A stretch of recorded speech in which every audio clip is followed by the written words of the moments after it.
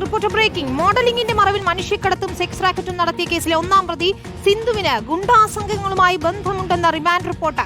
കൂട്ടബലാത്സംഗത്തിന്റെ ദൃശ്യങ്ങൾ പകർത്തിയതും സിന്ധുവാണ്. ഇത് പരാതിക്കാരിയുടെ ഭർത്താവിന്റെ ഫോണിലേക്ക് അയച്ചു നൽകുകയും ചെയ്തു. സിന്ധു മറ്റു പ്രതികൾക്ക് പണം നൽകിയതിന് തെളിവുണ്ടെന്നും റിമാൻഡ് റിപ്പോർട്ടിൽ പറയുന്നു.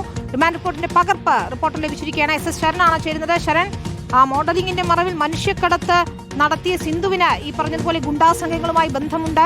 അത് വെച്ച് അവർ ഭീഷണിപ്പെടുത്തുകയായിരുന്നു. ഞെട്ടിക്കുന്ന വിവരങ്ങളാണ് പുറത്തു വന്നുകൊണ്ടിരിക്കുന്നത്. ഇപ്പോൾ റിമാൻഡ് റിപ്പോർട്ടിൽ പറയുന്ന കാര്യങ്ങൾ എന്തൊക്കെയാണ് ശരൺ?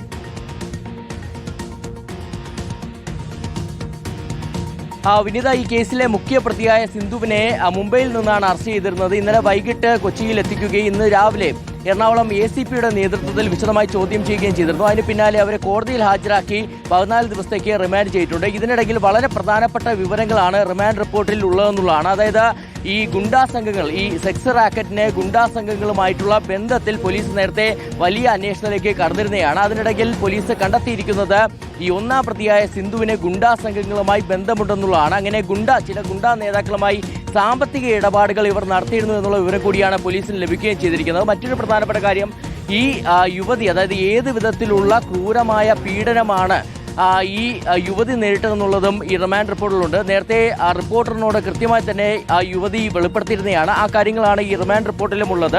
പരാതിക്കാരിയെ കോളയിൽ വെളുത്ത പൊടി കലർത്തി കുടിപ്പിച്ചു. അതിനുശേഷം കൂട്ടബലാത്സംഗത്തിന് ഇരയാക്കി, ദിവസങ്ങളോളം കൂട്ടബലാത്സംഗത്തിന് ഇരയാക്കി. കൂട്ടബലാത്സംഗത്തിന്റെ ദൃശ്യങ്ങൾ പകർത്തിയത് ഒന്നാം പ്രതിയായ സിന്ധുവാണ്. അങ്ങനെ പകർത്തിയ ശേഷം അത് ഈ പരാതിക്കാരിയുടെ ഭർത്താവിന്റെ മൊബൈൽ ഫോണിലേക്ക് അയച്ചു നൽകുകയും ചെയ്തിരുന്നു. ഒപ്പം തന്നെ ഈ പരാതിക്കാരിയെ രണ്ടാം പ്രതിയായ ഷംല വടികൊണ്ട്, അതായത് ചൂരൽ കൊണ്ട് മർദ്ദിച്ചു എന്നുള്ളതും റിമാൻഡ് റിപ്പോർട്ടിലുണ്ട്. ഏതായാലും ഈ സിന്ധുവിന് മറ്റ് പ്രതികളുമായിട്ടുള്ള സാമ്പത്തിക ഇടപാടിന്റെ തെളിവുകളും ലഭിച്ചിട്ടുണ്ട്. മറ്റ് പ്രതികൾക്ക് പണം നൽകിയതിന്റെ തെളിവുകൾ ലഭിച്ചിട്ടുണ്ടെന്നുള്ളതും ഈ റിപ്പോർട്ടിൽ പറയുന്നുണ്ട്. ശരണാണ് ഈ വാർത്തയുടെ എല്ലാ അപ്ഡേറ്റുകളും ആദ്യം പ്രേക്ഷകരിലേക്ക് എത്തിക്കുന്നത്. ഏതായാലും ഇപ്പോൾ ഞെട്ടിക്കുന്ന വിവരങ്ങളാണ് പുറത്തു വന്നുകൊണ്ടിരിക്കുന്നത്. സ്റ്റേ ട്യൂൺഡ് വിത്ത് റിപ്പോർട്ടർ. കൂടുതൽ വാർത്തകൾക്കായി